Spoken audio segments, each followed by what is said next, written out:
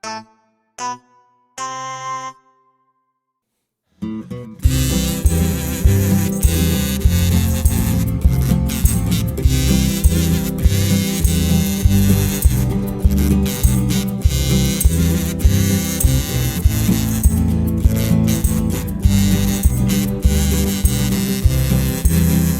Melitón chega a súa casa moi canso despois de traballar, pero Pepón que quere festa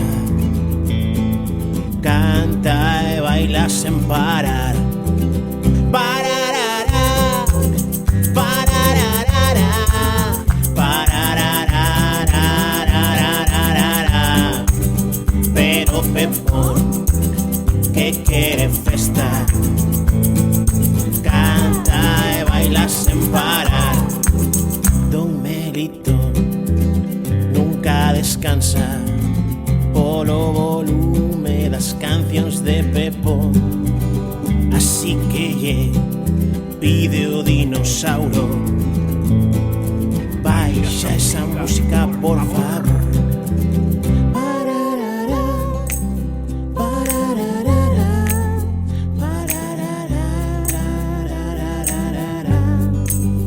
Así que lle pide o dinossauro: baixa esa música por favor.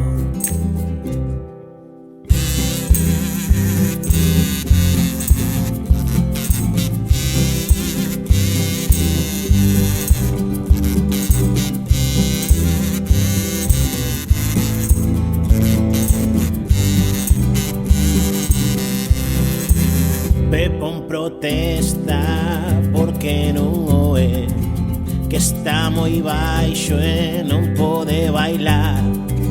E a Melitón só se lle ocorre que xoguen co volume ata acertar.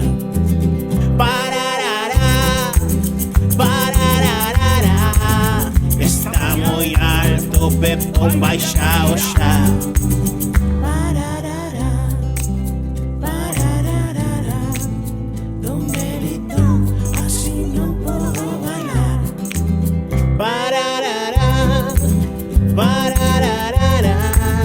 Así sí, Pepón, puedo descansar. Pararará,